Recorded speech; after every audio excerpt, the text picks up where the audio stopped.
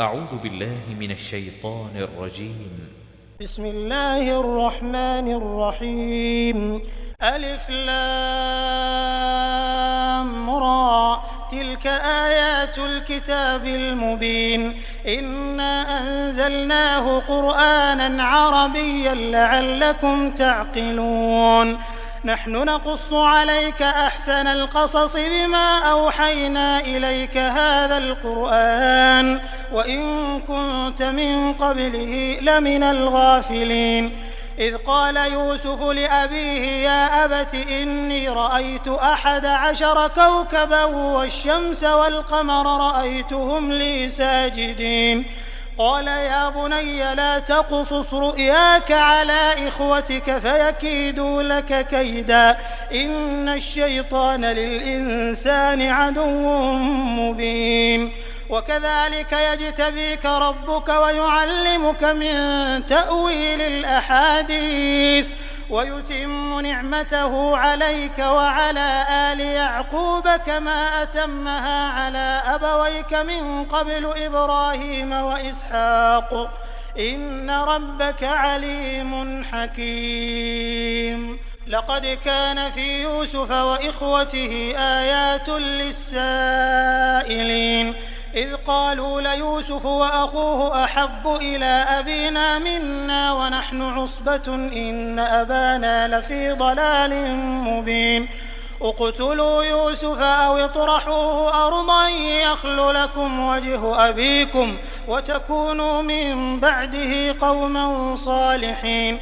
قال قائل منهم لا تقتلوا يوسف وألقوه في غيابة الجب يلتقطه بعض السيارة إن كنتم فاعلين. قالوا يا أبانا ما لك لا تأمنا على يوسف وإنا له لناصحون أرسله معنا غدا يرتع ويلعب وإنا له لحافظون. قال إني ليحزنني أن تذهبوا به وأخاف أن يأكله الذئب وأنتم عنه غافلون. قالوا لئن أكله الذئب ونحن عصبة إنا إذا لخاسرون.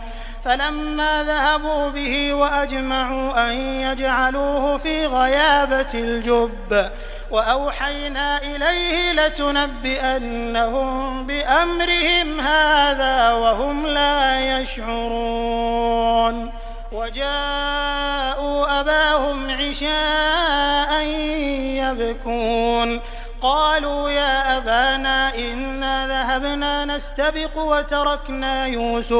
وتركنا يوسف عند متاعنا فأكله الذئب وما أنت بمؤمن لنا ولو كنا صادقين. وجاءوا على قميصه بدم كذب قال بل سولت لكم أنفسكم أمرا فصبر جميل والله المستعان على ما تصفون. وجاءت سيارة فأرسلوا واردهم فأدلى دلوه قال يا بشرى هذا غلام وأسروه بضاعة والله عليم بما يعملون. وشروه بثمن بخس دراهم معدودة وكانوا فيه من الزاهدين. وقال الذي اشتراه من مصر لامرأته أكرمي مثواه عسى أن ينفعنا أو نتخذه ولدا. وكذلك مكنا ليوسف في الأرض ولنعلمه من تأويل الأحاديث والله غالب على أمره ولكن أكثر الناس لا يعلمون. ولما بلغ أشده آتيناه حكما وعلما وكذلك نجزي المحسنين.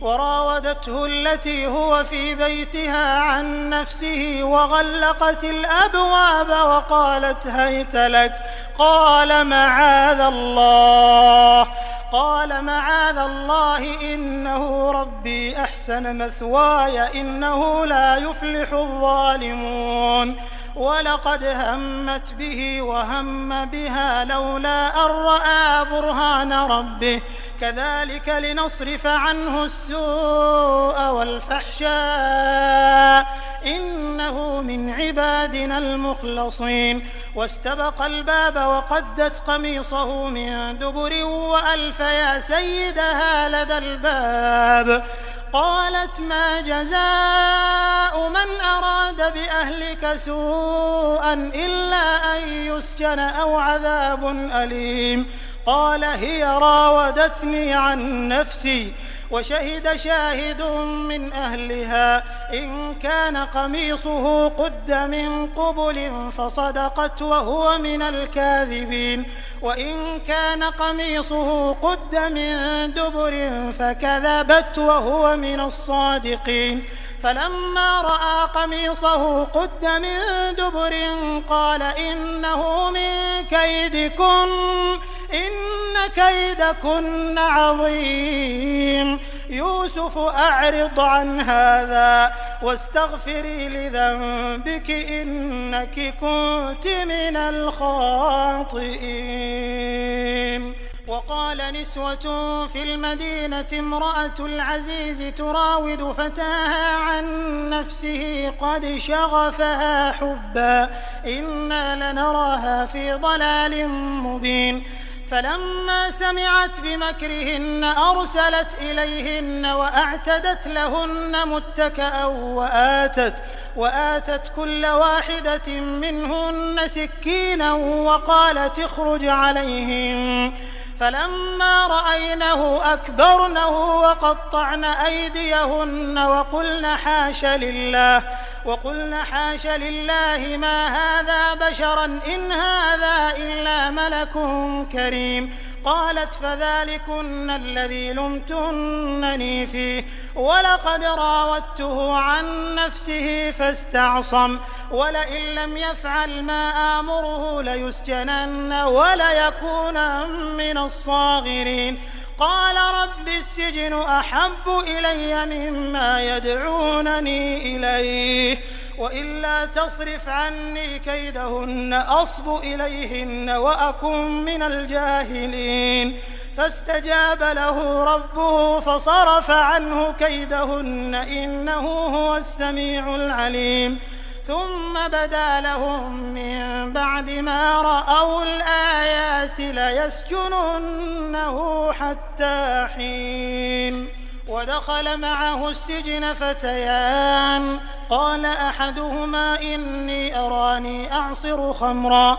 وقال الآخر إني أراني أحمل فوق رأسي خبزا تأكل الطير منه نبئنا بتأويله إنا نراك من المحسنين قال لا يأتيكما طعام ترزقانه إلا نبأتكما بتأويله قبل أن يأتيكما ذلكما مما علمني ربي إني تركت ملة قوم لا يؤمنون بالله وهم بالآخرة هم كافرون واتبعت ملة آبائي إبراهيم وإسحاق ويعقوب ما كان لنا أن نشرك بالله من شيء ذلك من فضل الله علينا وعلى الناس ولكن أكثر الناس لا يشكرون يا صاحبي السجن أأرباب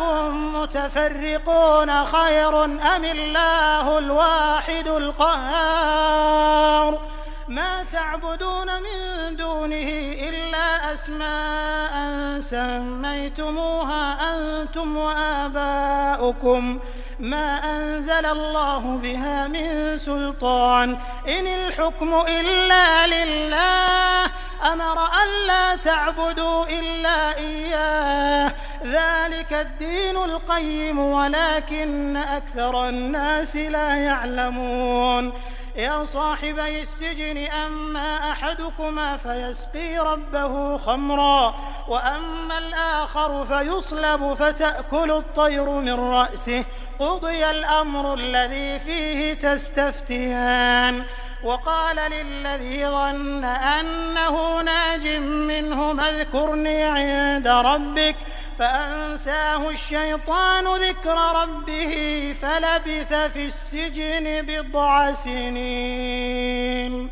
وقال الملك إني أرى 7 بقرات سمان يأكلهن 7 عجاف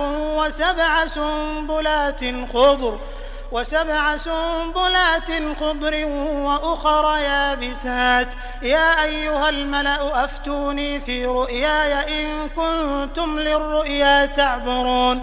قالوا أضغاث أحلام وما نحن بتأويل الأحلام بعالمين.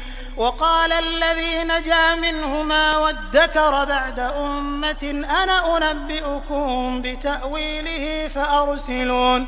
يوسف أيها الصديق أفتنا في 7 بقرات سمان يأكلهن 7 عجاف و7 سنبلات خضر وأخر يابسات لعلي أرجع إلى الناس لعلهم يعلمون. قال تزرعون 7 سنين دأبا فما حصدتم فذروه في سنبله إلا قليلا مما تأكلون. ثم يأتي من بعد ذلك 7 شداد يأكلن ما قدمتم لهن إلا قليلا مما تحصنون. ثم يأتي من بعد ذلك عام فيه يغاث الناس وفيه يعصرون. وقال الملك ائتوني به فلما جاءه الرسول قال ارجع إلى ربك فاسأله ما بال النسوة اللاتي قطعن أيديهن إن ربي بكيدهن عليم. قال ما خطبكن إذ راوتن يوسف عن نفسه قلنا حاش لله ما علمنا عليه من سوء. قالت امرأة العزيز الآن حصحص الحق أنا راودته عن نفسه وإنه لمن الصادقين. ذلك ليعلم أني لم أخنه بالغيب وأن الله لا يهدي كيد الخائنين. وما أبرئ نفسي إن النفس لأمارة بالسوء إلا ما رحم ربي إن ربي غفور رحيم. وقال الملك ائتوني به أستخلصه لنفسي فلما كلمه قال إنك اليوم لدينا مكين أمين. قال اجعلني على خزائن الأرض إني حفيظ عليم. وكذلك مكنا ليوسف في الأرض يتبوأ منها حيث يشاء نصيب برحمتنا من نشاء ولا نضيع أجر المحسنين. ولأجر الآخرة خير للذين آمنوا وكانوا يتقون. وجاء إخوة يوسف فدخلوا عليه فعرفهم وهم له منكرون. ولما جهزهم بجهازهم قال ائتوني بأخ لكم من أبيكم ألا ترون أني أوفي الكيل وأنا خير المنزلين. فإن لم تأتوني به فلا كيل لكم عندي ولا تقربون. قالوا سنراود عنه أباه وإنا لفاعلون. وقال لفتيانه جعلوا بضاعتهم في رحالهم لعلهم يعرفونها إذا انقلبوا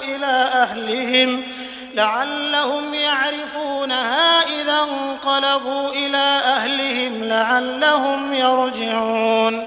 فلما رجعوا إلى أبيهم قالوا يا أبانا منع منا الكيل فأرسل معنا أخانا نكتل وإنا له لحافظون. قال هل آمنكم عليه إلا كما أمنتكم على أخيه من قبل فالله خير حافظا وهو أرحم الراحمين. ولما فتحوا متاعهم وجدوا بضاعتهم ردت إليهم قالوا يا أبانا ما نبغي هذه بضاعتنا ردت إلينا ونمير أهلنا ونحفظ أخانا ونزداد كيل بعير ذلك كيل يسير. قال لن أرسله معكم حتى تؤتون موثقا من الله لتأتونني به إلا أن يحاط بكم. فلما آتوه موثقهم قال الله على ما نقول وكيل. وقال يا بني لا تدخلوا من باب واحد وادخلوا من أبواب متفرقة وما أغني عنكم من الله من شيء إن الحكم إلا لله عليه توكلت وعليه فليتوكل المتوكلون. ولما دخلوا من حيث أمرهم أبوهم ما كان يغني عنهم من الله من شيء إلا حاجة في نفس يعقوب قضاها وإنه لذو علم لما علمناه ولكن أكثر الناس لا يعلمون. ولما دخلوا على يوسف آوى إليه أخاه قال إني أنا أخوك فلا تبتئس بما كانوا يعملون. فلما جهزهم بجهازهم جعل السقاية في رحل أخيه ثم أذن مؤذن أيتها العير إنكم لسارقون. قالوا وأقبلوا عليهم ماذا تفقدون قالوا نفقد صواع الملك ولمن جاء به حمل بعير وأنا به زعيم. قالوا تالله لقد علمتم ما جئنا لنفسد في الأرض وما كنا سارقين. قالوا فما جزاؤه إن كنتم كاذبين. قالوا جزاؤه من وجد في رحله فهو جزاؤه كذلك نجزي الظالمين. فبدأ بأوعيتهم قبل وعاء أخيه ثم استخرجها من وعاء أخيه كذلك كدنا ليوسف ما كان ليأخذ أخاه في دين الملك إلا أن يشاء الله نرفع درجات من نشاء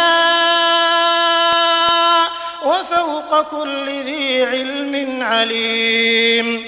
قالوا إن يسرق فقد سرق أخ له من قبل فأسرها يوسف في نفسه ولم يبدها لهم. قال أنتم شر مكانا والله أعلم بما تصفون.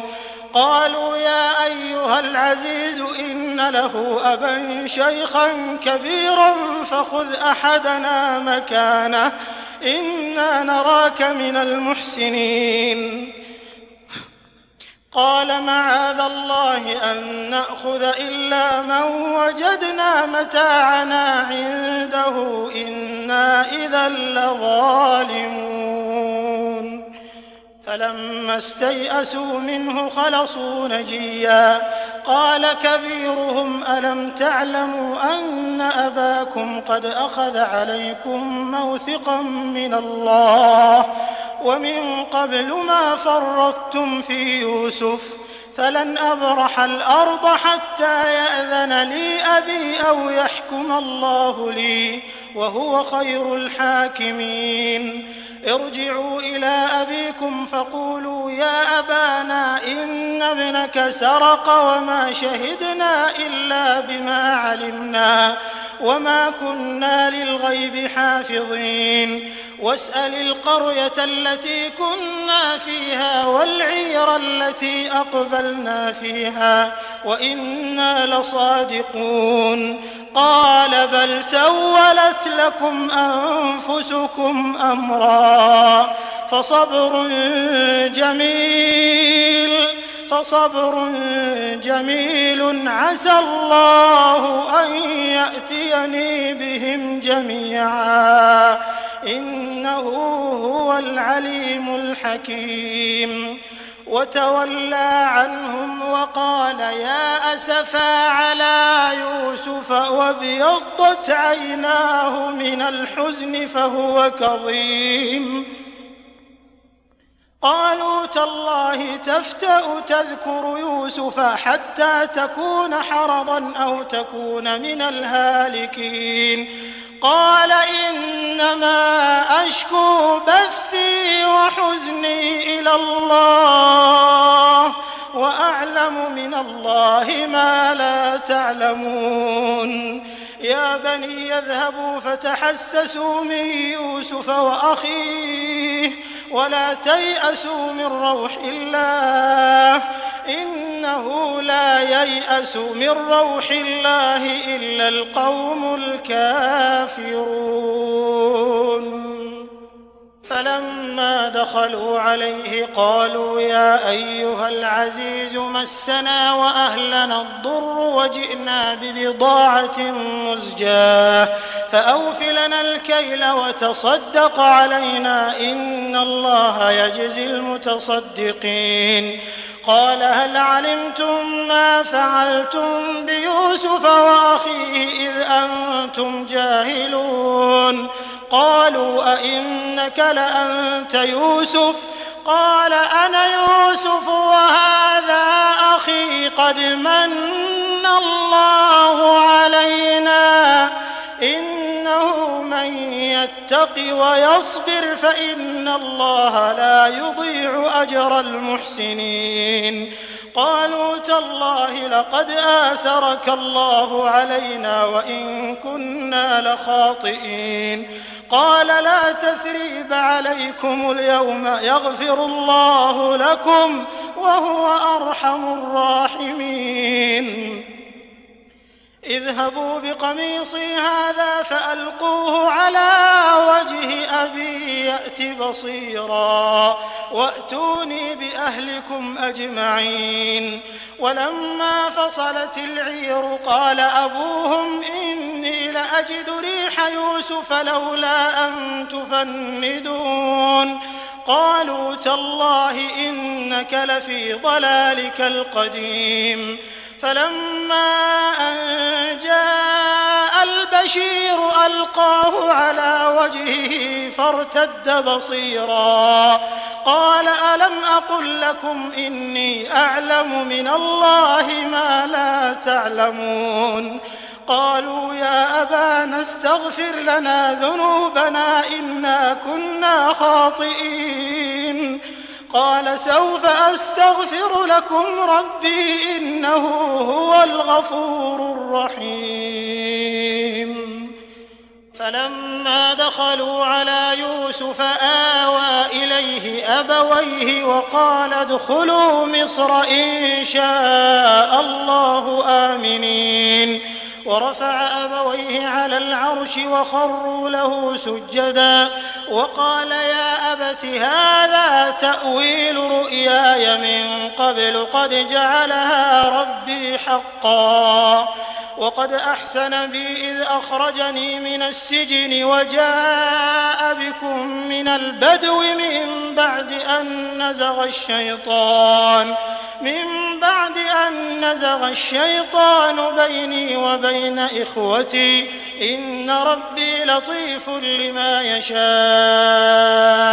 إنه هو العليم الحكيم رب قد آتيتني من الملك وعلمتني من تأويل الأحاديث فاطر السماوات والأرض أنت وليي في الدنيا والآخرة توفني مسلما وألحقني بالصالحين ذلك من أنباء الغيب نوحيه إليك وما كنت لديهم إذ أجمعوا أمرهم وهم يمكرون وما أكثر الناس ولو حرصت بمؤمنين وما تسألهم عليه من أجر إن هو إلا ذكر للعالمين وكأي من آية في السماوات والأرض يمرون عليها وهم عنها معرضون وما يؤمن أكثرهم بالله إلا وهم مشركون أفأمنوا أن تأتيهم غاشية من عذاب الله أو تأتيهم الساعة بغتة وهم لا يشعرون قل هذه سبيلي أدعو إلى الله على بصيرة أنا ومن اتبعني وسبحان الله وما أنا من المشركين وما أرسلنا من قبلك إلا رجالا نوحي إليهم من أهل القرى أفلم يسيروا في الأرض فينظروا كيف كان عاقبة الذين من قبلهم ولدار الآخرة خير للذين اتقوا أفلا تعقلون حتى إذا استيأس الرسل وظنوا أنهم قد كذبوا جاءهم نصرنا فنجي من نشاء ولا يرد بأسنا عن القوم المجرمين لقد كان في قصصهم عبرة لأولي الألباب